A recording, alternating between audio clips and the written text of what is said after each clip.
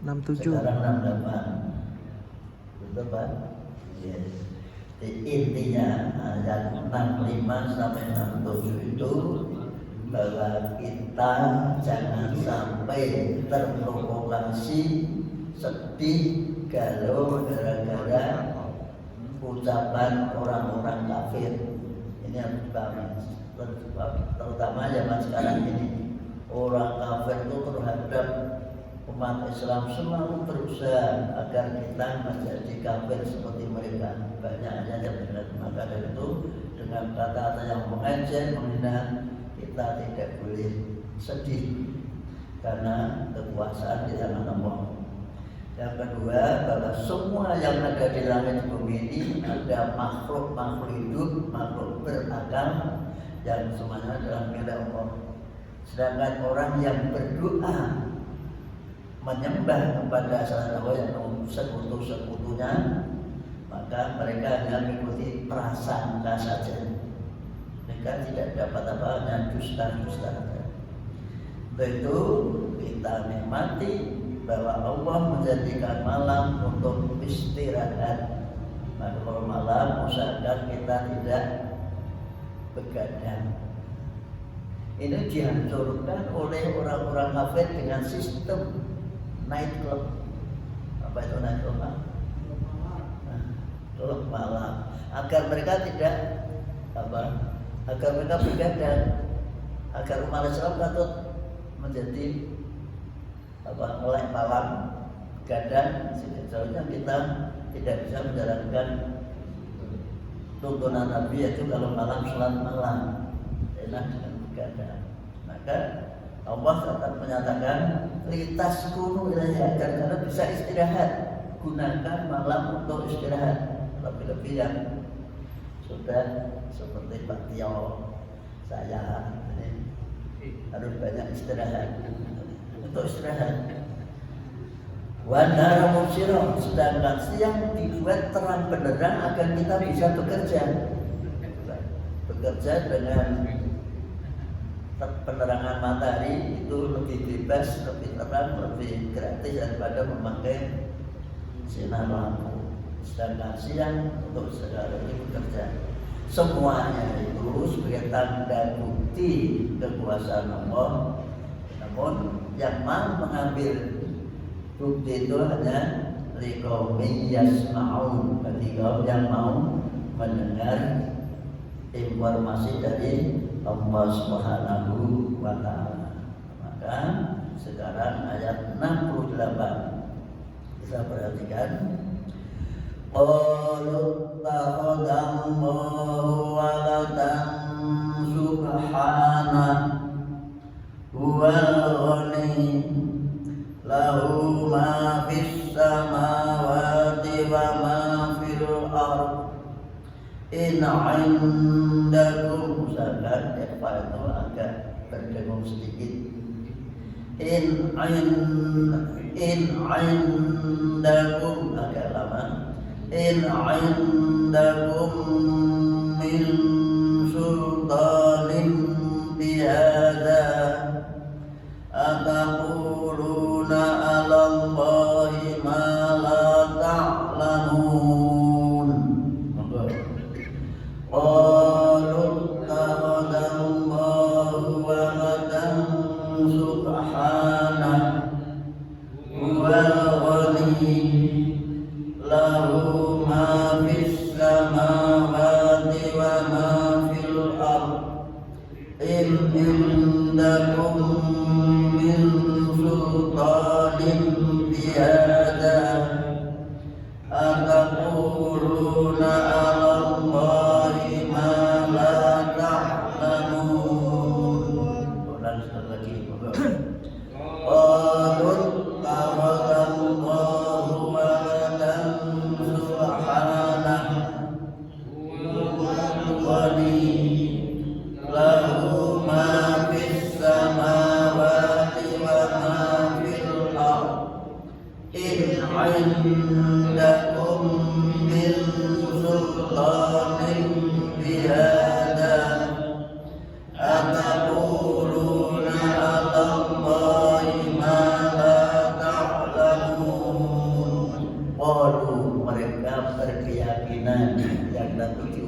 mengatakan, mereka berkata, ittakhadallahu walada, Allah mempunyai anak, memiliki anak, mengambil anak. Subhanallah, Maha Suci Allah. Jadi mereka orang-orang non-Islam, khususnya Nasrani, itu berkeyakinan bahwa Allah itu punya anak. Agar orang mau percaya, terus digabungkan anaknya itu menyatu dengan bapaknya, dengan Roh Kudus, dengan sebutan Trinitas. Allah ya anak ya Allah, anak Allah ya bapak, bapak ya anak ya bapak ya Roh Kudus. Nah, itu kan angel. Jadi tidak semua orang bisa mau menerima, tapi orang-orang yang tidak menggunakan akalnya menerima dengan bahasa semua agama sama. Itu adalah dalam rangka menghilangkan ini kata-kata subhanah, Allah itu Maha Suci dari khayalan-khayalan yang ada pada diri manusia. Maksudnya ada maka Tuhan itu seperti apa? Tidak boleh berpikir bahwa Tuhan seperti apa, di mana. Maka dalilnya cukup laisa kamitslihi syai'un. Tidak ada satupun yang sama, yang bisa disamakan. Nah, surat Ikhlas apa?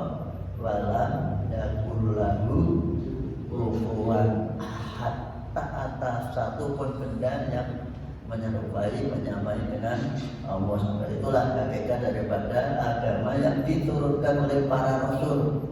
Cukup agar manusia mengakui Tuhan itu hanya satu, tidak juga ada yang lain atau sekutunya. Tadi kata Subhana, Maha Suci Allah, bersih dari keyakinan-keyakinan yang ditimbulkan oleh pola pikir manusia acara bahasa filsafat.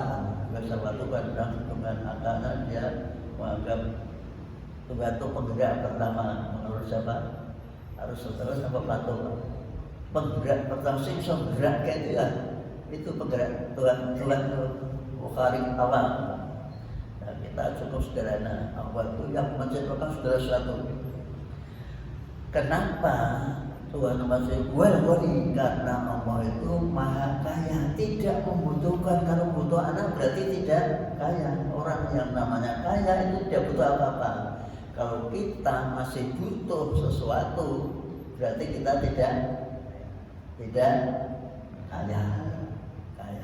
Al-Fakir, orang yang banyak kebutuhannya. Makanya jadilah kaya hati. Hatinya tidak terlalu tergantung kepada benda-benda atau yang dimiliki oleh orang lain. Ini harus dibersihkan betul-betul hati kita dari sifat yang selalu mengharapkan kenikmatan seperti yang dirasakan oleh orang lain. Kita cukup menghadap kepada Allah Subhanahu wa Ta'ala. Karena apa?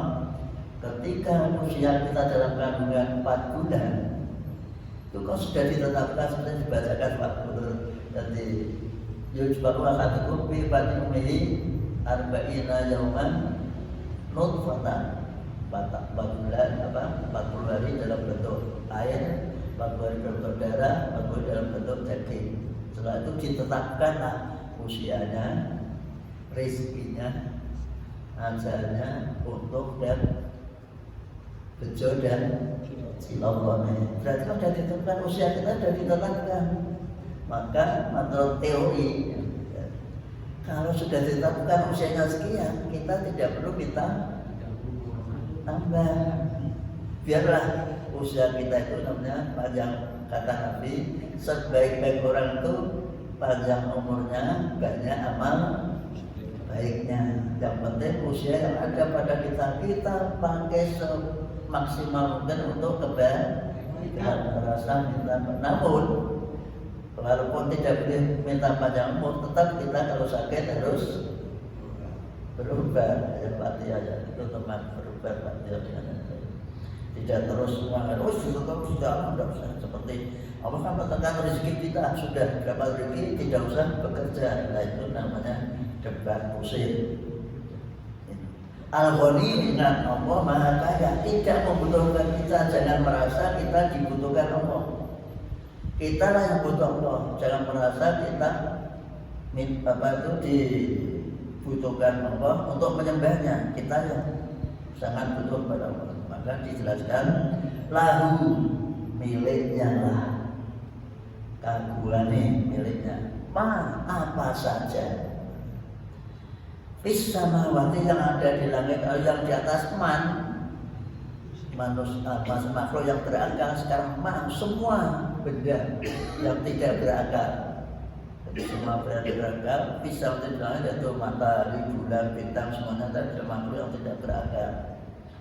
Wa ma fil ardi, dan apa saja yang ada di bumi, apa saja yang dengan bersani, yang dengan lihat, baik itu di muka bumi maupun di lautan, semuanya itu adalah milik Allah. Maka sekali lagi, karena itu milik Allah, kita cukup minta kepada Allah, jangan minta kepada yang lain.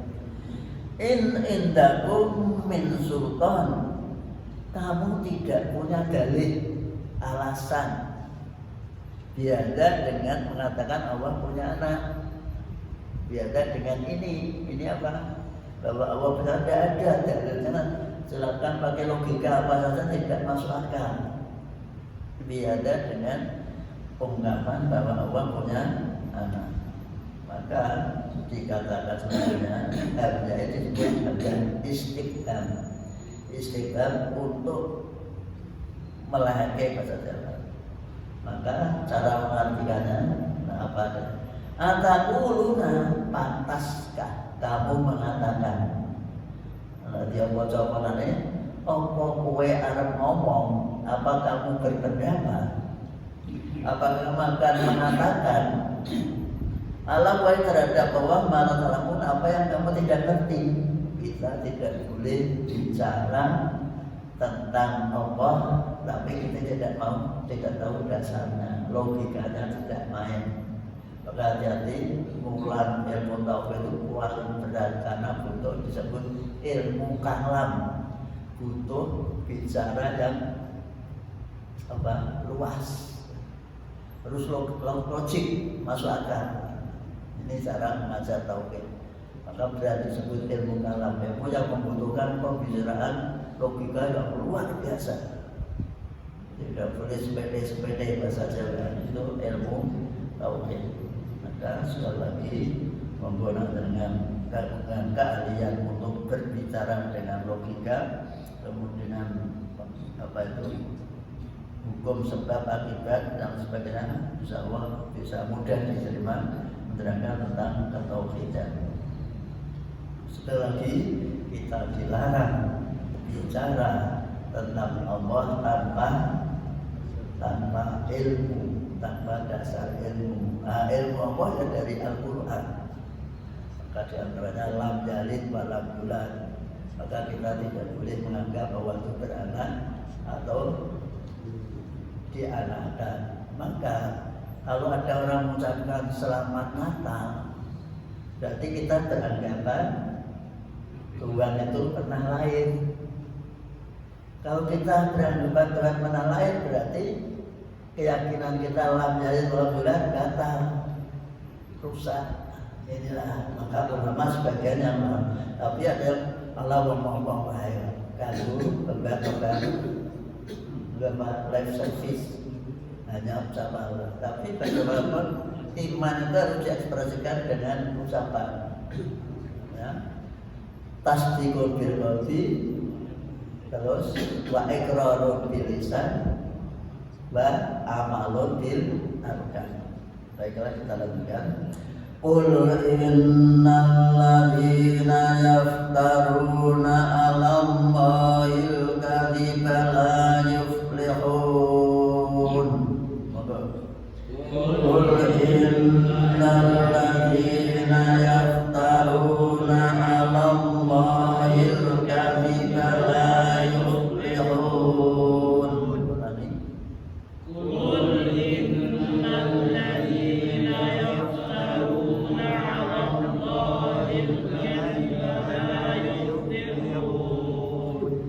Karena Muhammad diperintah oleh Allah untuk membantah, mengcounter ucapan mereka bahwa Allah punya anak atau mengatakan berbicara tentang Allah tapi tanpa dasar ilmu.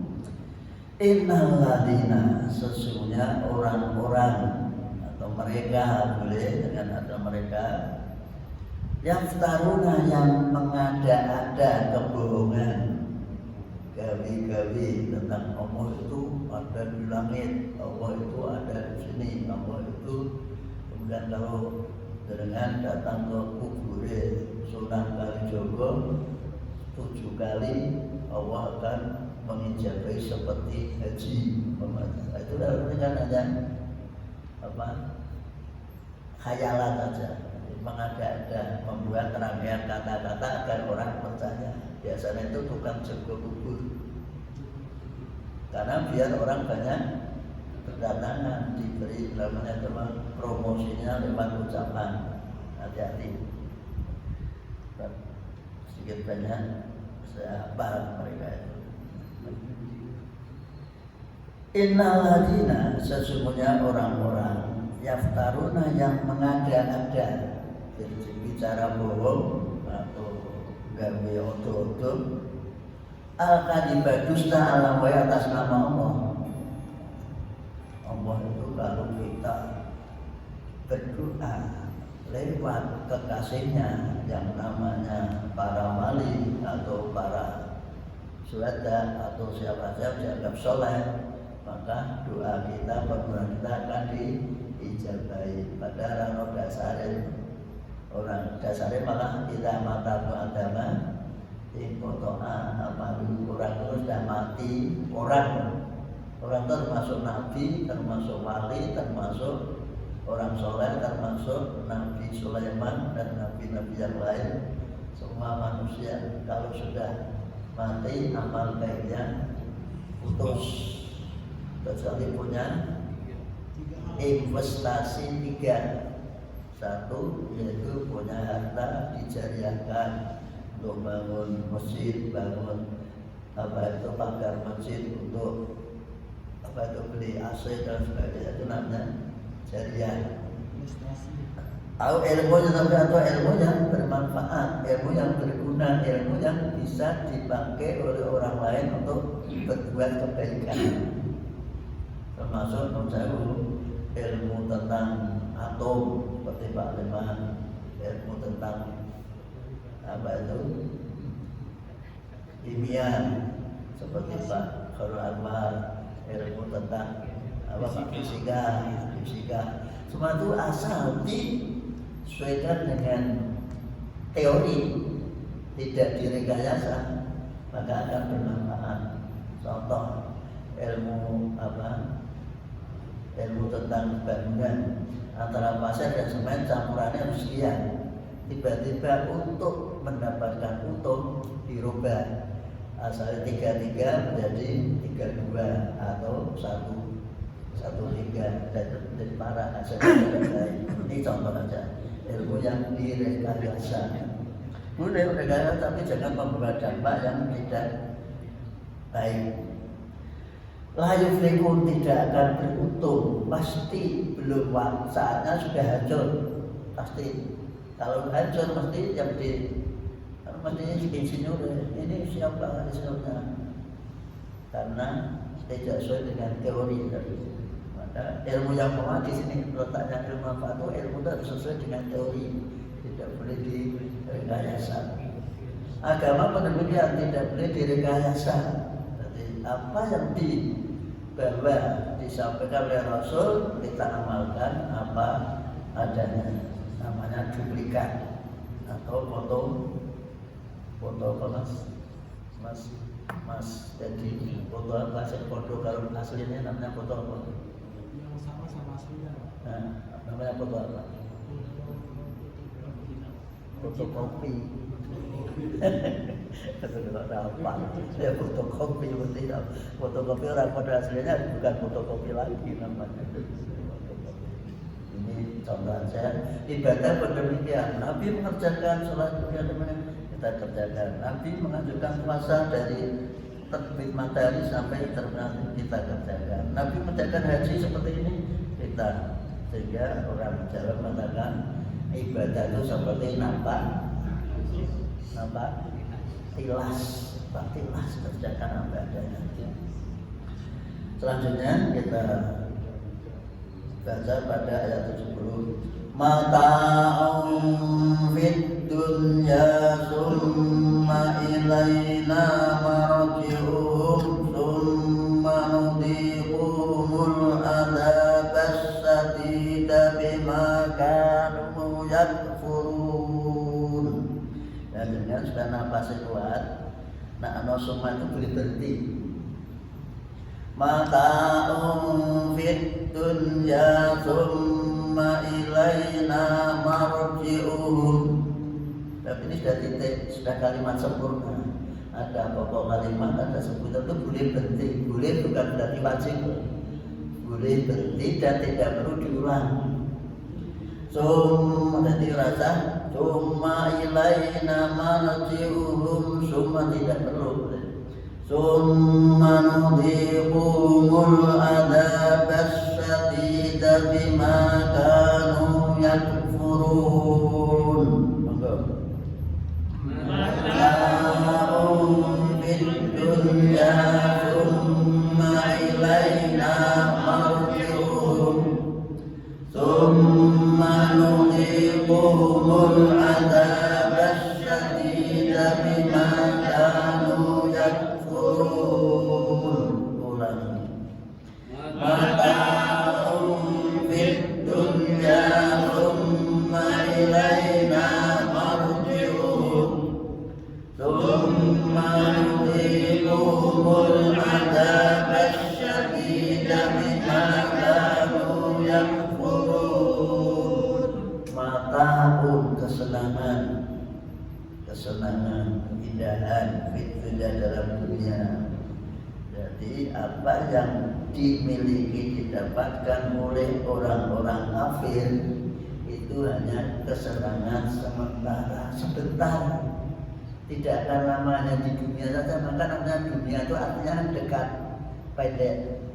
Alam dunia ada alam yang pendek, bandingkan dengan alam yang berapa.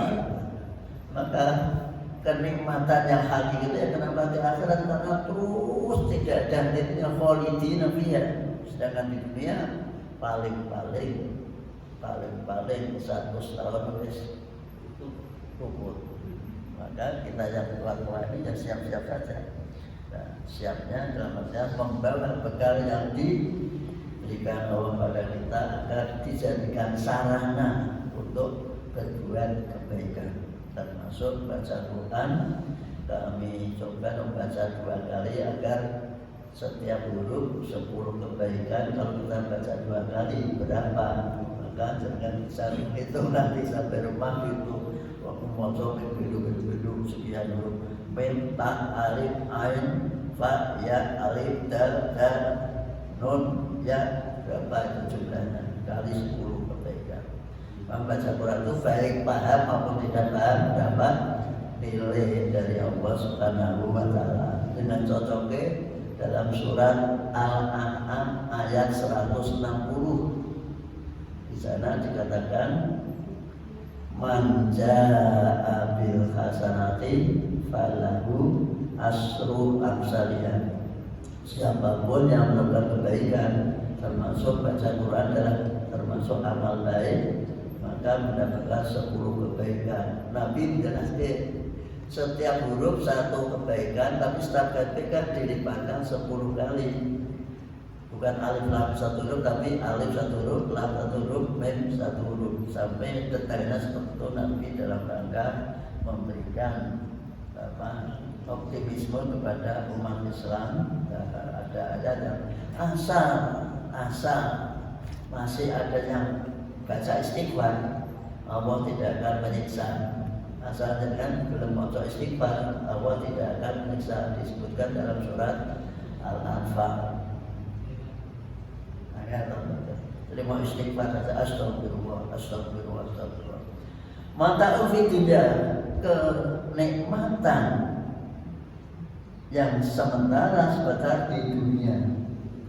Bahkan Nabi dalam rangka dengan bisa menikmati dunia itu diberi motivasi, ini anak yang masih berjaga sepertinya. Adunya mata dunia ini isinya kesenangan, menyenangkan, membuat kita tertarik, happy. Namun sebaik-baik kesenangan dunia, wa khairu mataya, almar'atus sholihah. Ternyata disebut banyak. Sebaik-baik kesenangan dunia itu adalah wanita yang sholihah. Maka setiap perempuan, setiap laki-laki dituntut untuk membentuk karakter manusia wanita agar menjadi sholihah, sehingga menjadi penduduk surga yang paling cantik dibandingkan penduduk surga asli. Bidadari yang dari dunia lebih cantik daripada bidadari buatan surga. Maka itu bawalah istri kita masuk ke surga dan lebih cantik. Dan lebih mengherankan lagi, Nabi ketika memberi informasi kepada seorang tua yang rajin bersih-bersih sekitar masjid disemoni. Jadi Nabi kadang-kadang yang sok gojek kan. Jangan kok saged men nopo. Kalau kepengen mlebu swarga mesti bisa kesing swarga. Ning swarga ki ra ono wong tuwa langsung sempat sapunan dibuat terus gurih wis tua isen jawab Pak aleman wedok itu biasanya aleman. Bukan gitu maksud saya, maksud saya jangan ini senajan tua besok nanti mlebu swarga malah perawan terus langsung berapa nabi bukan mukhrib tapi itu kan gojek dari hati-hati boleh gojek tapi hanya sekedar saja, tidak sampai berlebih lebihan kan boleh duit. Itu jenisnya apa? Pelawak boleh guyu kok ganggu boleh duit. Nah, pelawak itu umurnya biasanya agak pendek. Sebab apa? Ketika dia melawak, orang semua guyu jadi pikiran pikir apa kurang lucu. Aku tuh dipikir ada jadi penyakit. Maka jangan sampai, bahkan dalam agama Nabi tidak boleh kita bicara golek guyu. Tidak boleh ya. Karena sekarang jadi tren. Ya suatu ketika boleh gojek atau canda, tapi jangan terlebih-lebihan suatu ketika. Yaitu istilahnya dulu sekutu. Mata dunia, kenikmatan yang sementara di dunia. Namun harus diperhatikan semua ilaina, kemudian kepada kamilah marji'um, tempat kembali mereka semua. Walaupun hartanya berlimpah ruah, tapi nanti akan kembali kepada Allah. Kalau kembali kepada Allah, ditanyakan hartamu dari mana, untuk apa, terus kamu gunakan apa, itu semuanya ditanyakan.